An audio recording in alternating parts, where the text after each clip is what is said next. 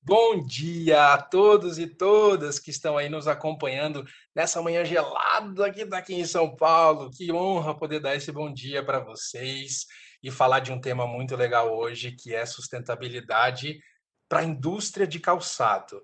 Eu sou o CH, coordenador de experiências do ONONO, que é o nosso centro de experiências científicas e digitais, e agora mais do que nunca um centro de experiências virtuais.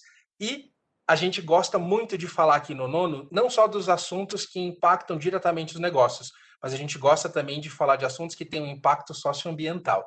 Então, muito importante, é uma honra para mim poder trazer esse conteúdo aqui para vocês hoje, né? Fazer a ponte com esse conteúdo. A gente vai falar sobre tendências de sustentabilidade para o mercado calçadista. Temos convidados especiais e para poder começar, eu vou convidar a Larissa Piva para poder dar um bom dia para vocês. Lari, pode abrir sua câmera, por favor? Abre seu áudio e seja muito bem-vinda. Oi, CH, bom dia, tudo bem? A pergunta do ano, né? Vocês estão me vendo, estão me ouvindo bem? Tudo certo? Bom, gente, bom dia. Espero que estejam todos bem nessa sexta-feira geladinha, que nem o CH falou. E eu quero começar a conversar com vocês com uma pergunta, né? Eu queria saber se você já pensou em usar um calçado sustentável? Bom, na BASF, nós combinamos o sucesso econômico, a responsabilidade social e a proteção ambiental. E para irmos juntos com o segmento calçadista na jornada da sustentabilidade, a BASF agora oferece grades de Elastolan, que é o nosso TPU, fabricados com base em recursos renováveis. E é justamente esse o tema do nosso webinar de hoje. Nós vamos falar sobre inovação no setor calçadista e sobre as novas soluções de TPU Biobased da BASF, que atendem às demandas de um setor cada vez mais focado em sustentabilidade. E para essa nossa conversa, a gente convidou a Flávia Vanelli. Ela é designer, formada em comunicação social e especialista em criação e desenvolvimento de produtos, com foco em pesquisa, atuação estratégica em inovação, sustentabilidade e cadeias de valor. Ela atua como designer do estúdio Orbitato desde a sua formação e está à frente do estúdio Rotoroi, moda e design desde 2009. Ela trabalha nessa empresa com design, inovação e desenvolvimento de novas superfícies e produtos, bem como em todo o seu contexto de influências, mapeando oportunidades, desafios e soluções que alimentem engajamento da cadeia até o consumidor final. E hoje ela veio também como representante da Sintecal para contar para a gente mais sobre como o mercado calçadista vê o tema da sustentabilidade e também para contar para a gente um pouquinho mais, né, sobre o programa Origem Sustentável. A gente tem também o Luiz Roxo, da BASF, que é engenheiro químico e mestre em engenharia de materiais na área de polímeros e tem mais de 25 anos de experiência na área de plásticos de engenharia. Ele trabalha na BASF desde 2012 e hoje atua na área técnica e desenvolvimento de aplicações para clientes. O Luiz tem um sólido conhecimento técnico em processamento de materiais poliméricos, com ênfase em TPU, e vai contar mais para a gente sobre essa inovação da BASF. Então, para começar o nosso papo com esses dois feras, eu vou convidar a Flávia. Flávia, em primeiro lugar, obrigada por ter aceito o nosso convite. Agradeço também a Sintecal, né, que é uma associação muito parceira da BASF e também de todo o mercado calçadista. Né? Obrigada por topar estar aqui com a gente. Por favor, a gente está super ansioso para saber um pouquinho mais sobre o papel da sustentabilidade na cadeia de valor calçadista. Então, fique à vontade, agora é com você. Obrigada, Larissa, pela apresentação. Espero contribuir bastante para o tema aqui hoje. Eu vou compartilhar minha tela, vamos ver se vai dar certo. Tá todo mundo vendo a tela, gente? Tudo certinho, Flávio, já chegou aqui. Obrigado. Obrigada. Então, como a Larissa falou, eu sou designer, especialista, né, em criação e desenvolvimento de produtos e tenho um foco muito específico em inovação, sustentabilidade e cadeias de valor. Estou à frente de uma empresa chamada Rato Roy, que aplica na prática esses conceitos de sustentabilidade, usando a força do design para promover uma maior consciência, tanto para as indústrias como para o consumidor final, desenvolvendo produtos com alto valor agregado que compartilhem todos os ganhos ali com a nossa cadeia de valor, principalmente focado em reciclagem. Também estou à frente de uma startup de inovação aberta chamada Modacer, que trabalha principalmente focado em design circular e também contribuo com o núcleo de design da Sintecal num mapeamento global de tendências focado em sustentabilidade, e vou trazer um pouco dessas tendências aqui para vocês hoje. Queria começar falando que essas tendências, elas são tendências reais, tendências que não é só um discurso para empresas e para pessoas idealistas, são tendências que realmente estão modificando e estão transformando o mercado, e é muito importante, então, a gente colocar isso no nosso radar e começar a guiar todos os nossos processos das empresas, o nosso desenvolvimento de produto, a nossa governança para isso. Então, eu queria agradecer primeiro, então, à Sintecal. Estou aqui para representá-los hoje, a BASF, pelo convite. Eu fico muito feliz de poder falar sobre esse tema com o qual eu sou apaixonada. Então, trazendo essas tendências, queria falar para vocês de algumas em especial: o crescimento do investimento em inovação na indústria para criar linhas de novos produtos voltados à sustentabilidade, que atendam às demandas dos consumidores e abram novos mercados. A gente vê cada vez mais as empresas falando sobre Open Innovation, sobre cocriação, falando de modelos de relacionamento para a inovação, tanto para o desenvolvimento de produtos como para o desenvolvimento de embalagens mais sustentáveis. É muito importante que a gente comece a entender o que isso implica em direitos autorais, em direitos comerciais, e o quanto a gente pode pode ter de ganho em competitividade com processos como esse. Outra tendência do mercado calçadista, do mercado de inovação e sustentabilidade, é a busca por um produto mais sustentável, que tem um padrão de qualidade reconhecido por diversos grupos de clientes e que gere escala. Sobre isso, né? É o que estamos procurando agora. A gente sabe que as prioridades das novas gerações, de uma forma muito geral, é ligada à responsabilidade e ao impacto social, que 73% dos millennials pagariam mais por produtos ou soluções sustentáveis. Então, a gente sabe a força que isso tem no mercado hoje. Também não basta só ser sustentável, a gente precisa ter um design diferenciado para poder vencer a concorrência, que muitas vezes concorrem por preços baixos, com baixa qualidade, ou também aquelas empresas que promovem o greenwashing. Então, é muito importante a gente usar o design para estabelecer critérios claros antes da gente sair fabricando. A gente fala que é o planejar, é o pensar, é o criar possibilidades de verdade já no projeto dos produtos para que a sustentabilidade aconteça. E a gente sabe que hoje o design circular ele pode ser transformador para que a gente consiga ter um design diferenciado, tendo benefícios aí, então, em toda a cadeia de valor, porque o design circular ele traz estratégias para máxima performance e experiência com os produtos. Ele fala de durabilidade, de manutenção, de atualização, de uma reciclagem mais eficiente. Ele também considera o serviço, né, o potencial do serviço dos produtos, entre outras coisas. Então, coloquem o design circular no radar de vocês, porque ele também é muito importante para esse momento em que a gente está vivendo. A quarta tendência que eu queria pontuar para vocês é a necessidade de aplicar indicadores e métricas claras para a sustentabilidade, para que possam mostrar o valor das nossas ações para o consumidor final. É muito importante que a gente consiga comunicar isso até o final, até a ponta. E hoje já existem critérios que são amplamente reconhecidos. Um deles é o ESG. É um termo que é bem importante a gente também se familiarizar. Ele vem ganhando muita notoriedade no Brasil e ele se refere, avalia, né, o que a empresa usa de energia, como é que ela descarta o lixo, como é que ela contribui para mitigar as mudanças climáticas. Ontem foi a Conferência do Clima, né? A gente sabe o quanto esse debate está sendo ampliado. Os cuidados com a preocupação com os colaboradores, com a segurança no trabalho, o relacionamento com a comunidade, com os stakeholders, a diversidade que a gente precisa ter com os nossos funcionários, na parte administrativa, da nossa governança, as políticas e as práticas da empresa. E esses critérios ESG, eles também estão sendo usados por investidores, né, que estão considerando também a questão do impacto impacto. Então, é bem importante porque ele mostra como a empresa já está preparada, está à frente da tendência mundial de sustentabilidade e como ela pode estar melhor posicionada à frente dos seus competidores. E eu acho que todas essas tendências que eu falei até agora, elas têm algo muito importante que, se a gente precisasse resumir, a gente está falando principalmente de mais controle e mais transparência em nossos processos. E essa é a grande tendência do mercado global desse momento que a gente está vivendo.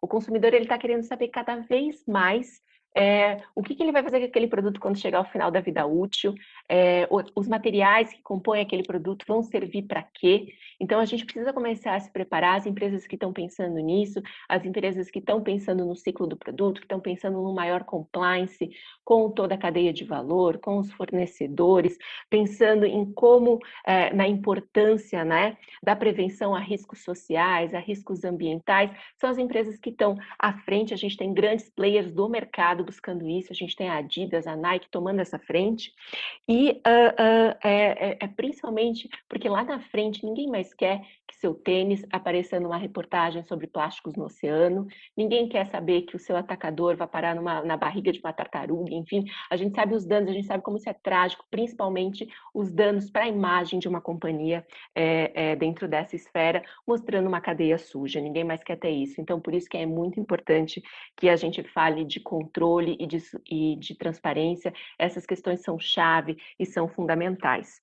A gente também fala que isso vem de encontro com o que o público tem buscado, as pessoas realmente querem mais transparência, então por isso a gente vê o crescimento da aplicação de uma tecnologia que a gente chama de blockchain, que nada mais é que um sistema digital em que a gente cadastra, né, a cada etapa do processo é cadastrado num sistema digital os passos, então a gente sabe a origem do produto, como que ele foi transformado, nada disso é editável, então ele fica protegido por um código blockchain e as pessoas lá no final da cadeia com esse código podem saber todas as histórias por trás, inclusive as histórias humanas, né? As pessoas que manipularam, que transformaram, né? Entender um pouco sobre essa cadeia de valor, isso chega até o final. Eu vou dar um exemplo rapidamente para vocês, que é o Adidas Future Loop, que foi um tênis feito pela Adidas com um tema incrível, que é um conceito incrível, que é o feito para ser refeito. Ele é todo feito de TPU, de termoplástico virgem, né, de poliuretano termoplástico virgem, e a grande chave dessa história, a gente sabe, a gente está na cadeia calçadista, sabe, a quantidade de componentes que a gente precisa para se fazer um tênis, são para lá de mais 20 componentes para fazer um tênis, eles conseguiram resolver, simplificando muito, usando um só material para tudo e sem cola. Então, eles usaram o TPU para fazer o solado, para fazer o cabedal, para fazer o atacador, para fazer a etiqueta. Então, ele é completamente feito de um único material. Esse material, ele depois que ele é transformado no tênis, no seu take back para a empresa, ele pode ser flocado e transformado em um novo produto novamente. Isso é muito transformador. A gente sabe a dificuldade que a gente tem num tênis convencional de separar, classificar e reaproveitar as partes. Então, eles fecharam essa questão, né? Estão muito à frente dessa questão.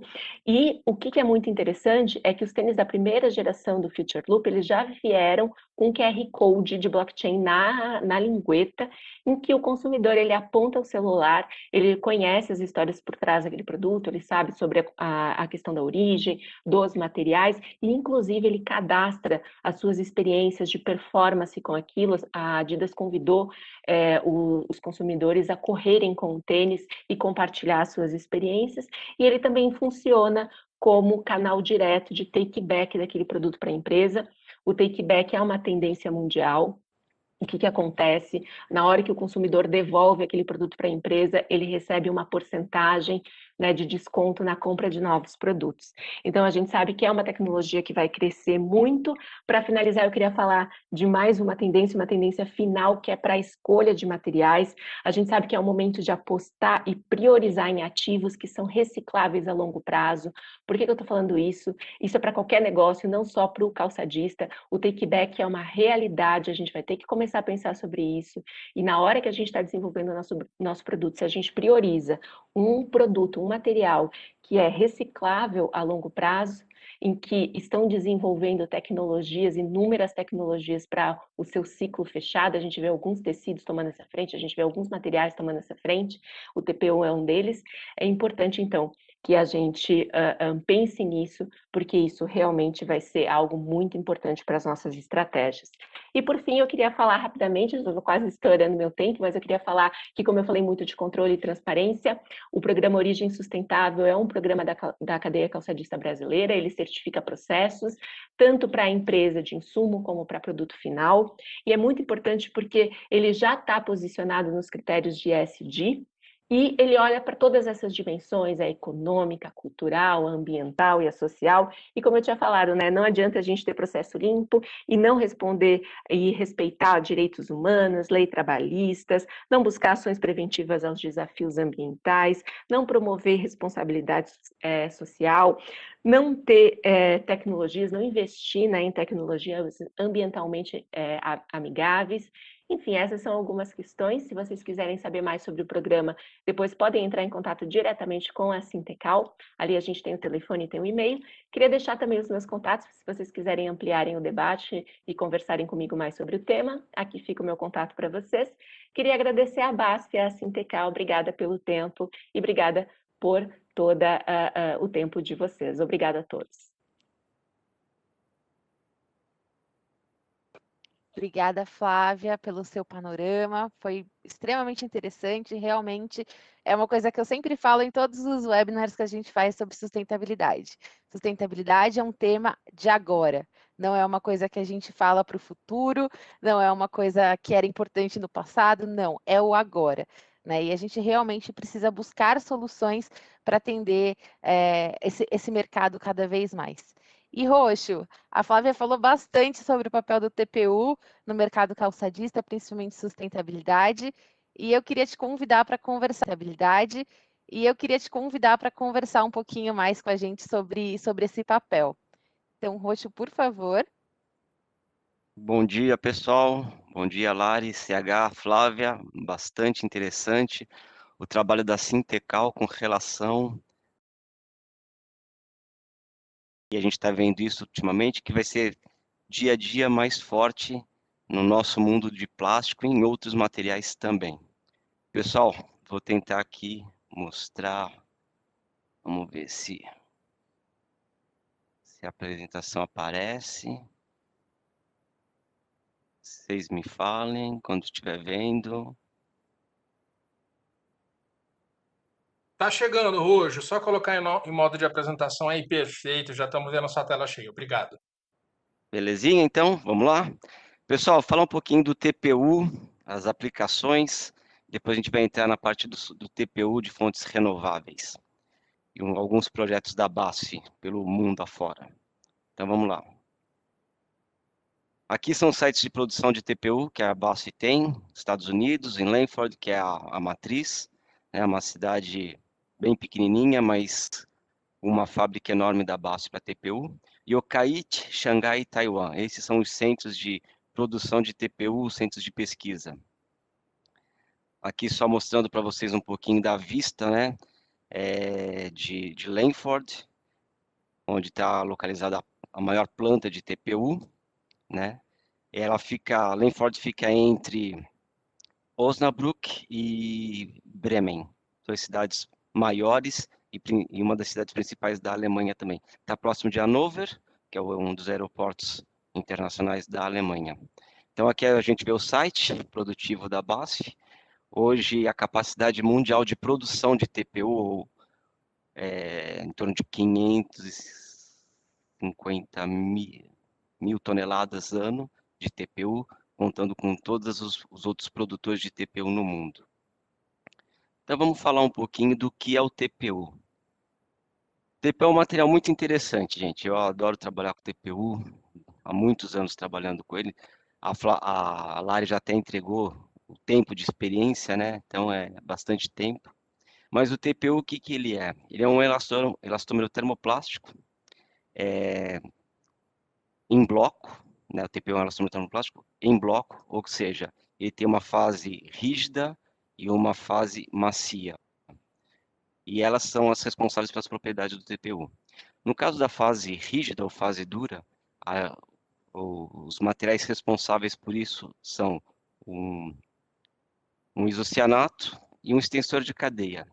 Eles juntos vão dar essa estrutura da fase rígida, ou seja, eles vão ser responsáveis pelas temperaturas, altas temperaturas, a flexibilidade do TPO, altas temperaturas. No caso da fase macia, a gente tem os polióis. Pode ser um poliol poliéter, um poliol poliéster, dependendo da aplicação que você quer utilizar, tipo de produto final. Tá? Então, a gente tem essas duas fases, e a família de TPO é muito vasta, porque como a gente tem dois tipos de polióis, ou até algo mais, a gente tem os tensores de cadeia, isocianatos, então você consegue ir misturando eles e obtendo novas características de TPU. Assim, aqui a gente tem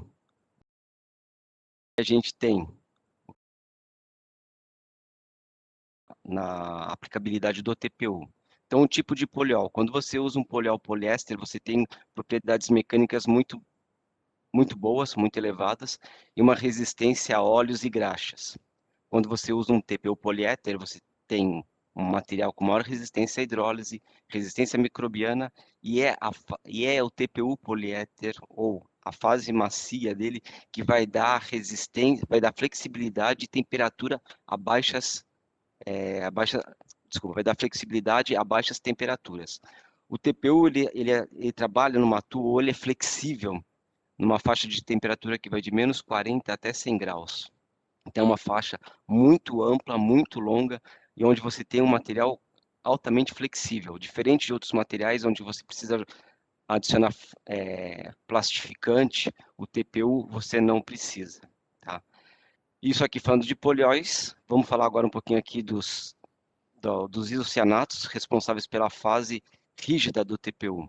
Então, a gente tem o TPU aromático, que ele não apresenta uma boa resistência a UV, ele vai amarelar com o tempo, por causa que ele tem os anéis, esses anéis têm duplas ligações, essas duplas ligações, dependendo da incidência do sol, por quanto tempo ele fica exposto, essas duplas ligações vão quebrar e ele vai acabar degradando, ou seja, ele vai ficar amarelado. É um TPU de fácil processamento e com um custo relativamente mais barato. No caso do alifático, quando você precisa de um TPU com alta transparência, que ele não se degrade, que ele não fique amarelo, a gente vai usar esse tipo de isocianato, um TPU alifático.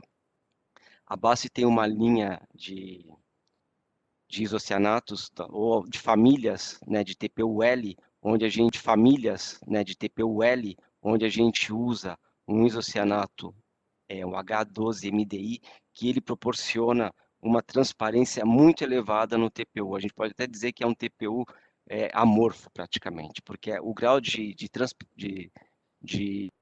transparência é muito alto. Então, aqui ele tem uma resistência ao UV muito elevada, só que o custo dele também é um pouco maior.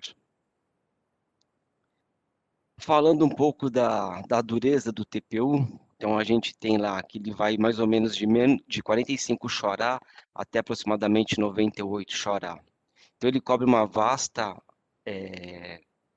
faixa de dureza. Né? Isso você pode comparar até com o PVC tem o PVC rígido, o PVC flexível, o PVC rígido ou toda a linha de PVC, ele vai até uma linha um pouquinho mais rígida, né, 120, mas isso também está relacionado ao plastificante que vai ser utilizado ou a quantidade dele, mais ou menos, para ele poder ter essa rigidez ou não, ou essa flexibilidade maior ou não. E é aquilo que eu falei, a vantagem do de usar plastificante. Claro, a gente tem alguns TPUs com plastificantes, mas você não precisaria utilizá-los. E a vantagem do TPU em cima do PVC é que, como o PVC usa esses plastificantes, esse plastificante, com o tempo, ele vai migrar para a superfície e vai deixar a peça meio leitosa, como nós vemos de blooming, né? Ela fica meio opaca ali. Então, pode prejudicar, se for uma peça de visão, como um calçado, né? Pode prejudicar a aparência do produto final.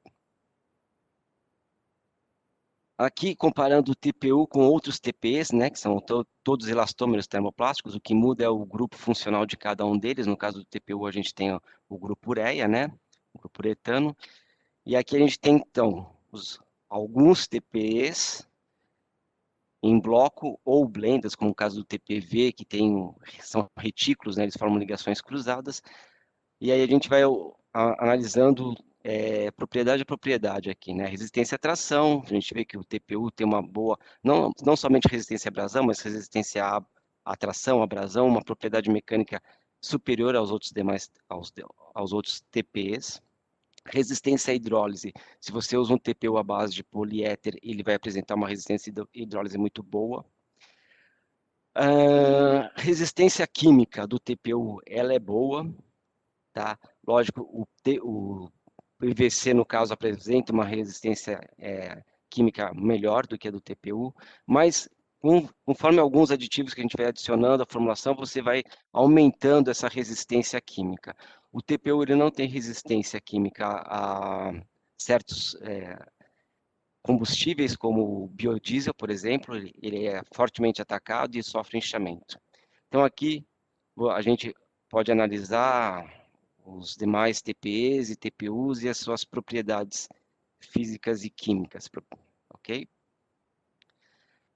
Falando um pouquinho ainda do TPU, como eu falei, ele tem uma ampla faixa de trabalho, né, ou de flexibilidade, ou de menos 40, de até 100 graus, o material é altamente flexível, então por isso ele é utilizado em várias outras aplicações, não somente em calçados. Tem uma boa resistência a impacto, ele tem boa resistência mecânica, resistência à abrasão. Se você precisa de um TPU para utilização, por exemplo, em ear tags, que são os brincos de boi, você acaba utilizando um TPU à base de poliéter, que tem uma resistência microbiana muito elevada. Resistência a óleos e graxas também é uma das características do TPU. Você pode processar o TPU em qualquer tipo de injetora para um termoplástico comum. Ele não tem nenhum outro tipo de característica que seja especial para ele no caso de processamentos. E alguns pontos de cuidado, né? Então, a temperatura máxima de trabalho dele é 100 graus. Acima disso, ele vai degradar, ele não vai ter um bom desempenho mecânico na peça ou no produto utilizado. Você tem um processamento um pouco mais longo para processar o TPU, e uma coisa muito importante no TPU é a secagem. A gente tem que ter uma boa secagem para o TPU para que você tenha uma fácil processabilidade do produto, do material. Como eu falei, a umidade é muito importante. Então, aqui a gente tem um gráfico que mostra o TPU, a absorção dele, né? Então, maior temperatura, maior umidade relativa do ar, ele vai absorver muito mais rápido a umidade. TPU é um material muito higroscópico, então a gente tem que realmente fazer uma secagem, fazer uma secagem 100 graus, para depois você conseguir processar ele. 80% dos problemas de processabilidade do TPU estão relacionados à secagem, uma má secagem. Então, você tem que manter o TPU sempre armazenado em locais próprios, né, ao abrigo de chuva, intempéries, sol e tudo mais.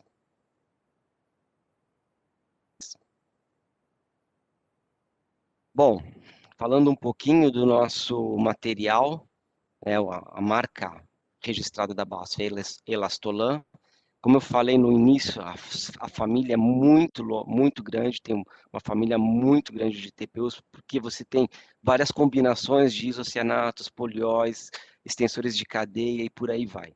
Então, aqui só rapidamente passando, né, o Elastolan, a base de poliésteres são da família BC, S5678 e os de poliéter 10, 11 e 12. Você pode colocar qualquer tipo de aditivo em cima dele para melhorar alguma característica do TPU. Lubrificantes, a gente usa algumas ceras para ajudar na desmoldagem da peça. Tá? Então, a família é muito grande.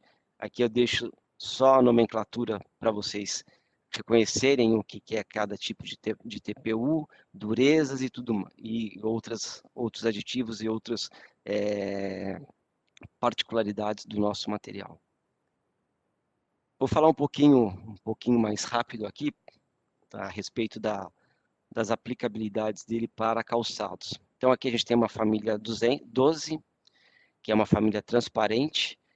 Apesar de nós não termos esse tipo de aplicação aqui, eu quis mostrar a parte transparente no TPU, numa plot disk aqui, ó, totalmente transparente, mostrando a parte interna da peça, né? Então a visibilidade é muito boa, uma resistência ao UV, porque é uma base de poliéter. A gente tem alta rigidez e transparência numa parede até um pouquinho mais espessa. Outros materiais que a gente utiliza, né, outros TPUs para calçados de segurança, devido à resistência à abrasão, tem um ciclo mais rápido, boa resistência à hidrólise. Esses são os materiais que a gente emprega para esse tipo de aplicação. Tá? Calçados esportivos, também a gente tem uma vasta família de TPUs que podem ser utilizados para esse tipo de aplicação, onde você requer rigidez, bom desempenho mecânico, transparência em alguns casos, né? E excelente processabilidade. Então aqui tem o Schenck ou o Toy Cap e outras peças, que aqui já está em português, mas a gente está mais acostumado até nesses termos utilizar termos em inglês.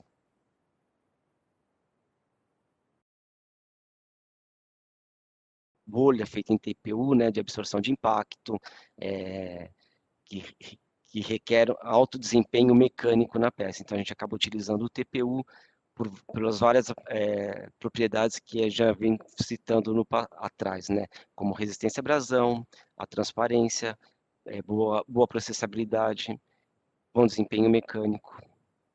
Então, dependendo do tipo de peça que você vai utilizar, você vai produzir, né, o tipo de solado ou o tipo de peça para o calçado esportivo, você vai ter um tipo de TPU mais apropriado para essa aplicação. Aqui a gente tem as chuteiras também, utilizando o TPU por causa de uma boa resistência à abrasão do material. E aqui falando um pouco do Infinergy, entrando um pouquinho já na parte do TPU expandido. O Infinergy, como eu falei, é um TPU expandido, é utilizado muito para os tênis da Adidas, é uma cooperação, né, entre BASF e Adidas para a utilização desse tipo de material. É de fácil injeção, você injeta ele numa injetora normal, comum, e aí você vai ter já a peça, o TPU já expandido para o solado. Você pode ter a peça ou pode fazer ele já em monobloco. E por que eu entrei nessa parte do Infinergy, no TPU expandido? Porque nós também temos o Elastolan Light, que é um Elastolan, é um TPU expandido, que pode ser utilizado por outras empresas, de modo geral. O que difere do Infinergy? No TPU, no Elastolan Light, a gente vai utilizar o TPU comum, a gente vai usar um agente expansor, um agente de expansão, vai utilizar um master de cor. E você pode utilizar um master para melhorar a resistência à abrasão. Então, isso são tudo masters que você vai incorporar ao TPU e colocar dentro da injetora e ter a sua peça. No caso do Infinergy, é o pacote, ele já está pronto. Então, você não precisa fazer nenhuma mistura. Você coloca direto na injetora e produz o TPU. No caso do Light, a gente vai precisar utilizar esses agentes expansores, a cor, e quais são esses tipos de agente de expansão? A gente tem um agente de expansão físico, né? Um agente de expansão químico, um master para resistência à abrasão e um master de cor. Geralmente, dependendo do tipo de cor. Geralmente, dependendo do tipo de processamento, a temperatura que você vai utilizar, ou seja, para um TPU com maior dureza, você vai precisar de temperaturas de processamento mais altas. Aí você vai optar por um tipo de expansão de agente expansor, ou físico ou químico. Tá? Além disso, ele tem algumas diferenças entre esses agentes de expansão físico. A tradução talvez não seja a melhor, mas aqui a gente tem um agente de expansão físico, ou seja, quando você utiliza esse tipo de expansor dentro do TPU, você vai observar, a hora que você faz uma microscopia, que todas as células, ou essas microcélulas ou microesferas do agente expansor, elas são homogêneas, elas vão estar todas no único tamanho, muito próximas uma das outras, bem homogênea mesmo. Então, isso ajuda você a fazer uma peça com paredes mais finas, tá? Você vai ter uma superfície muito melhor, né? Um acabamento superficial muito melhor do que se você vai utilizar um agente químico, por exemplo. O agente químico, o agente expansor químico, né? Quando você utiliza ele, você não vê essa homogeneidade das das microesferas. Elas vão ser de tamanhos aleatórios, né? Mas o que que isso proporciona dentro do TPU? Um ciclo mais rápido de injeção e aquela sensação de soft touch. Então, o agente químico, o agente expansor químico, ele vai proporcionar isso na peça. Não que o físico não tenha, porque o TPU tem uma característica mesmo própria dele, que é esse soft touch. Mas quando você usa um agente de expansão químico, você observa isso com maior nitidez ou com um tato, né? Você sente muito mais fácil. E aí você pode me perguntar assim, qual dos dois expansores é melhor? Você pode fazer uma mistura dos dois, tá? Para melhorar o acabamento superficial ou para melhorar o ciclo de injeção, tá? Você pode utilizar essa mistura, não tem problema nenhum. Quando a gente utiliza um expansor ou um TPU Light, né, que está usando um expansor físico ou químico, o que que a gente está vislumbrando? Um TPU de baixa densidade. Tá? Então, você utilizando em torno de 3 a 6% desse agente expansor, você pode chegar a uma densidade até 0,4 gramas por centímetros, grama por milímetro cúbico, né? Densidade, mas isso. Você pode chegar até 0,4 utilizando essa concentração ou essa quantidade de expansor químico, de 3% até 6%. Lembrando que quanto mais baixa a densidade, você vai ter um produto final com características mecânicas mais pobres, né? Então a resistência à abrasão vai ser menor. Por isso que, em alguns casos, a gente acaba utilizando um CONTS, ou seja, um concentrado de aditivo para melhorar a resistência à abrasão do solado. Tá? O ideal aqui é você utilizar ou você ter uma densidade em torno de 0,6, que já é mais baixa que a densidade de um PVC, para fazer um solado. Bom, eu falei um pouquinho ali do Elastolan Light, ou TPU expandido. Agora eu vou falar do Elastolan da família N, ou seja, soluções sustentáveis, materiais que vêm de fontes renováveis. E o que a gente, o ABASF, quer com isso, né?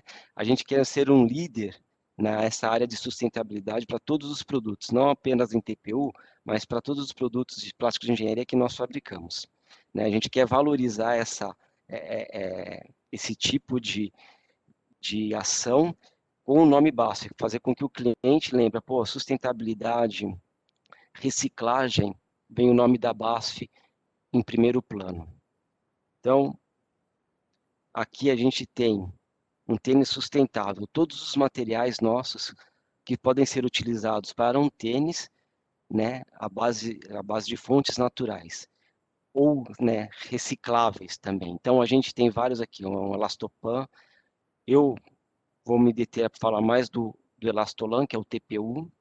Então, a gente vai ver um material que seja bio-based, né, que venha de fontes renováveis. Então, aqui é um exemplo, né, de todos os produtos que a BASF possui para você ter um calçado sustentável. Então, aqui a gente tem também um Elastoblend. O que é esse Elastoblend? É um produto da BASF que vem da base do Infinergy, ou seja, do TPU expandido. Então, o scrap do Infinergy que nós produzimos e o pós-consumo, a gente recolhe isso e transforma num outro material, num novo material, que a gente chamou de Elastoblend, que é uma blenda de TPU com Infinergy. Então, aqui a gente tem alguns Elastoblends, né? O Elastoblend de 1160A, 85, 90, 95 Xará e até um mais rígido 64 Chardé, e o quanto que esse material tem de teor reciclado, ou seja, o quanto que a gente misturou dele do Infinergy dentro desse Elastoblend. Então, é uma blenda de TPU utilizando os scraps e pós-consumo do Infinergy, gente recupera tudo isso e produzir um novo material que tem as mesmas características de um TPU, praticamente. Então, a definição aqui de bioplásticos ou biodegradável. Então, a gente tem aqui o Bast Elastolan, família N, né? O Elastolan N, que são todos os materiais que vêm de fontes renováveis. Então, que a gente consegue na natureza e renova. Os biodegradáveis a gente tem de fontes renováveis também, como um PLA, um PHB, ou de fontes fósseis, né? Que são, no caso aqui, as fontes fósseis, os plásticos de engenharia na maioria dos casos. E o Ecovil, que é um material da Bast também, de parte dele vem de fonte renovável.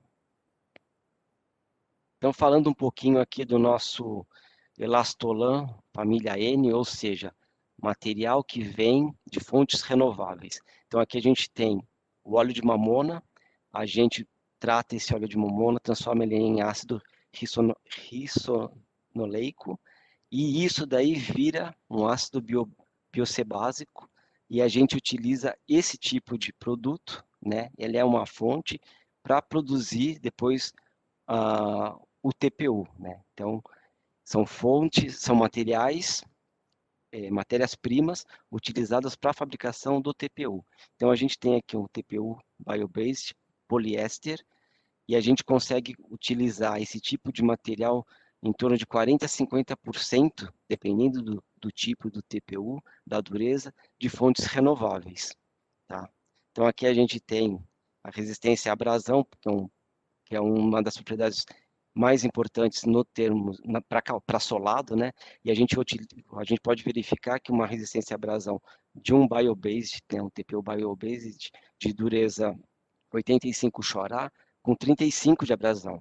É uma boa propriedade, é um bom valor no que se refere à abrasão. E aqui a gente está mostrando também o gráfico, né, com o Elastolan bio-based, o quanto que ele vem de material renovável, né, de fonte renovável, as durezas do TPU e o teor de cada um deles. E aqui a gente, num gráfico abaixo, a gente pode verificar as propriedades mecânicas. Então, comparando um TPU normal, um TPU comum, sem ser de fontes renováveis, e um TPU de fonte renovável, a gente pode ver que praticamente não há perda de propriedades mecânicas. Então, isso é uma grande vantagem. A gente pode utilizar um TPU bio-based para fabricar peças de calçados solados, por exemplo, e manter as mesmas características, o mesmo desempenho mecânico que um TPU comum. Aqui são institutos internacionais que fizeram os testes dos nossos materiais para comprovar o quanto, em média, eles têm realmente de fonte renovável na sua composição. Tá? Então, aqui a gente tem 48% e 49% de material bio-based nesses materiais da série N. Aqui a gente também tem a série N11, que aqui é a base de um poliéter, a mesma coisa que a gente vem de fonte renovável milho, a gente vai fazendo a produção, né, desde da fermentação do milho até chegar num extensor de cadeia de fonte renovável, ou seja, um 2, 3, 4, um biobutanodiol de fonte renovável, que é uma fonte, que é um material para a utilização dele na produção, na fabricação de um TPU. Então, aqui a gente tem um TPU de dureza mais baixa, só que a gente adicionou um pouco de plastificante realmente no material para chegar a uma dureza de 60 Chorá, uma concentração mais baixa. E tem outros materiais, no caso, né, de um poliéter, um TPU poliéter bio-based de diferentes durezas também. Ele, dependendo da espessura que a gente utiliza esse material, até 2 milímetros, ele também tem uma boa transparência, como pode ser visto aqui. Então, a gente tem durezas baixas, 60 Chorá, até 50 Chordê, no caso de um material bio-based à base de poliéter. Aqui é a mesma coisa, um instituto internacional, que também fez a análise nesse TPU à base poliéter, o quanto que ele tinha de material de fonte renovável. A gente chegou aqui praticamente até 58%. É uma quantidade bastante alta de fonte renovável para um TPU, mantendo as mesmas características de um TPU praticamente comum ali, sem vir de fontes renováveis. Aqui é um outro elastolan também, biobased, também vindo de milho, com as mesmas propriedades e características do anterior. O que isso aqui a gente analisou, o que ele fez quando a gente injetou essa peça? Um ciclo também, um ciclo de injeção rápido, bastante comparável com o de TPU comum, transparência, como eu mostrei no quadro anterior, até 2 milímetros você tem uma boa transparência do TPU. Aqui são uma tabela de comparação dos nossos materiais, a origem de onde eles vêm, o quanto, né, o teor de fonte renovável e de onde eles vêm. Alguns desses materiais aqui ainda estão em fase experimental, mas a maioria deles já tem amostras para serem enviadas e testadas em clientes. Aqui é a mesma coisa, né? São elastolans também, na verdade são um elastoblend, que é o TPU mais o Infinergy, e elastolan N de fontes renováveis. E aí só aqui pegando essa característica, né, de transparência, né? Então o elastoblend ele tem uma boa transparência até 2 milímetros, como esse outro aqui. Já esses dois aqui não tem uma boa transparência, mas pode ser utilizado para outros tipos de aplicação.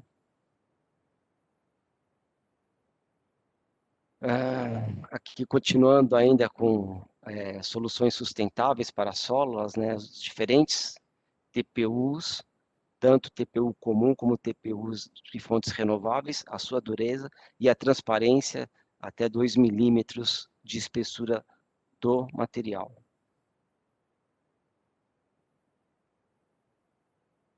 Bom, aqui a gente estou falando um pouquinho dos elastolans para aplicação em solas.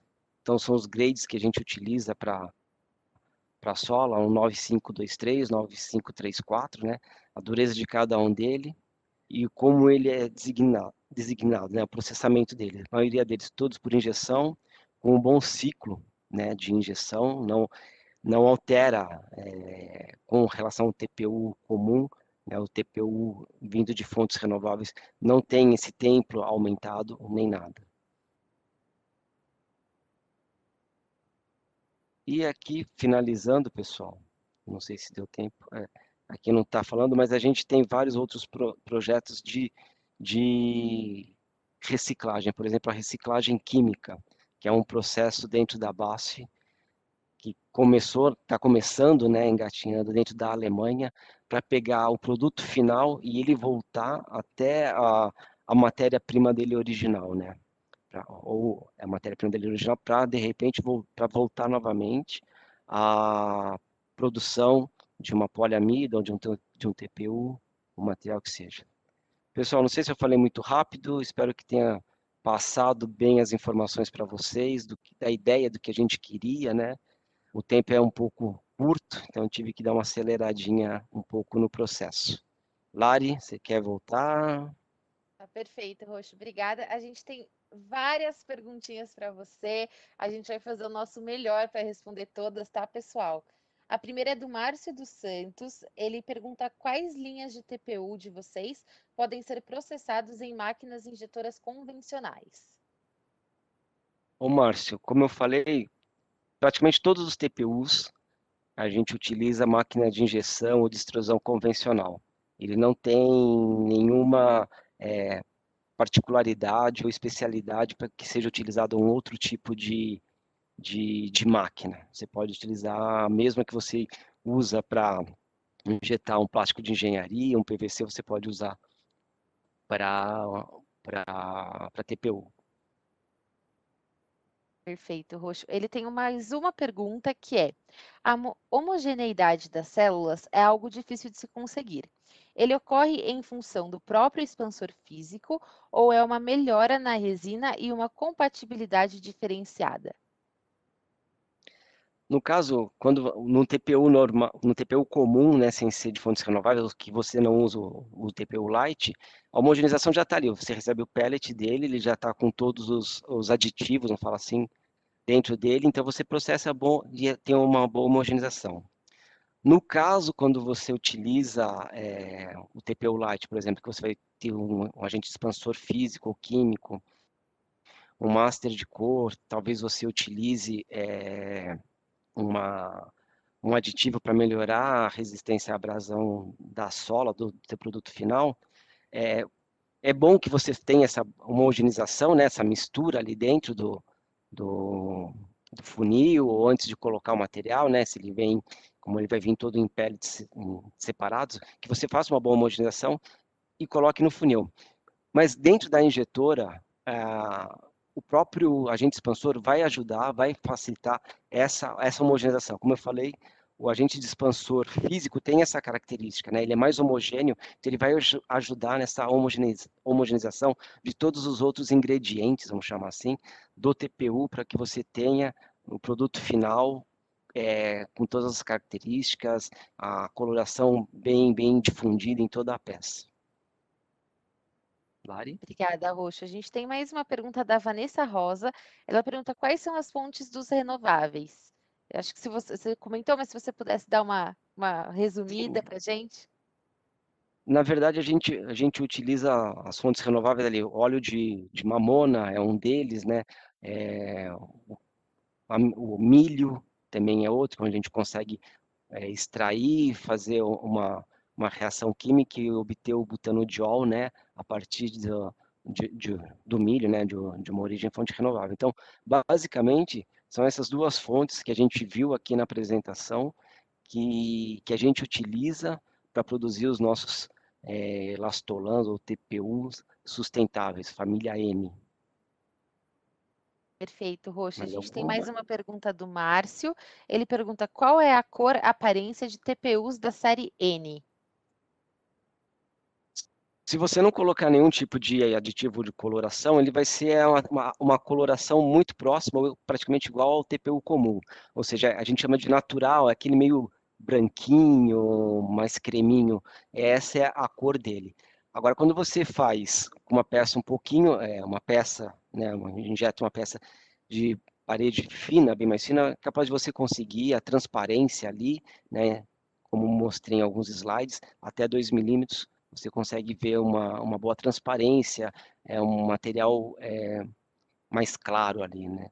Mas geralmente a cor do TPU é uma cor branquinha, ele é natural, como a gente chama, tá? Se você, num processo de injeção sem cor, né, peça, se você não colocou nenhum tipo de aditivo, você perceber que a peça está caramelizada, né? Uma cor mais caramelo, uma cor mais forte, amarelada, muito provavelmente está degradando o teu TPU no teu processo. Então aí é questão de rever a secagem, né? Se você secou numa temperatura, ou se você tem um equipamento ideal, né? Eu até não comentei, mas vou aproveitar e falar agora, que o equipamento ideal para secagem do TPU é um desumidificador.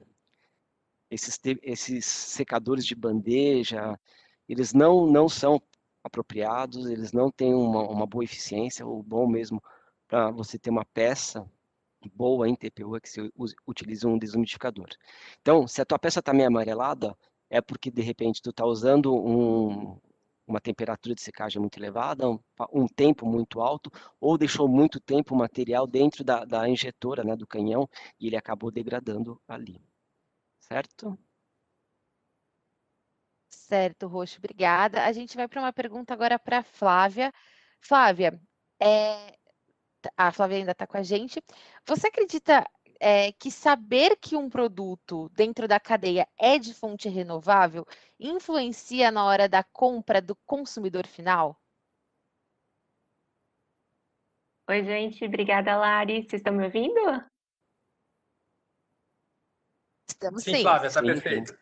Ah, legal. Com certeza influencia. Acho que os biomateriais, os biobased, são uma grande tendência de futuro. Eu acho que é muito importante que a gente pense também no ciclo desses materiais de biobased. A gente vê que estão se criando cada vez mais tecnologias, né? Então a gente precisa pensar então também na alta reciclabilidade desses materiais, que eles possam se transformar de novo, podem ser pelo menos reciclados em si mesmos, né? Antes de seguirem aí. Mas é muito importante, sim, eu acho que muito mais do que as fontes, né, de petróleo, né, as fontes que existentes hoje, os biobased com certeza são uma aposta de futuro. Perfeito, Flávia, obrigada. Gente, infelizmente a gente está chegando no finalzinho do nosso webinar, né? Passou voando, a gente nem viu essa 1 hora passar. As perguntas que ficaram a gente vai responder por e-mail, então fiquem tranquilos, tá? E realmente a TPU é um material que pode ser um aliado para a sua empresa na jornada de sustentabilidade, né? Criando valor e diferencial dentro de toda a cadeia, como a Flávia também acabou de falar. E é muito importante ver que a BASF também está super aberta para co-criar junto com o mercado e com seus clientes para justamente viver a sustentabilidade. Então, Flávia e Roxo, muito obrigada novamente por aceitarem esse convite e participarem dessa conversa gostosa que a gente teve. Obrigada a todos vocês que conseguiram participar com a gente, né? Fiquem à vontade de entrar em contato, tanto com a Flávia quanto com o Luiz Roxo. E CH, muito obrigada e obrigado, Nono, por ajudar a gente nesse evento digital. E uma ótima sexta-feira para todo mundo, gente.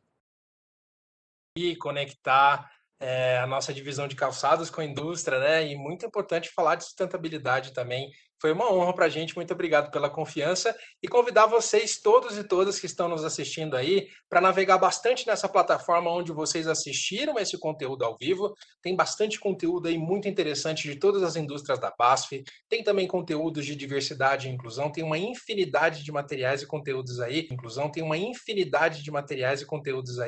disponíveis gratuitamente para vocês. Aproveitem, navega bastante e tem um código QR aí do ladinho da tela que, se vocês escanearem, vocês vão lá para a página do Onono no LinkedIn para também seguir conectados e conectadas com a gente e saber das nossas novidades e os próximos encontros. Muitíssimo obrigado, continuem se cuidando e até a próxima. Tchau! BASF.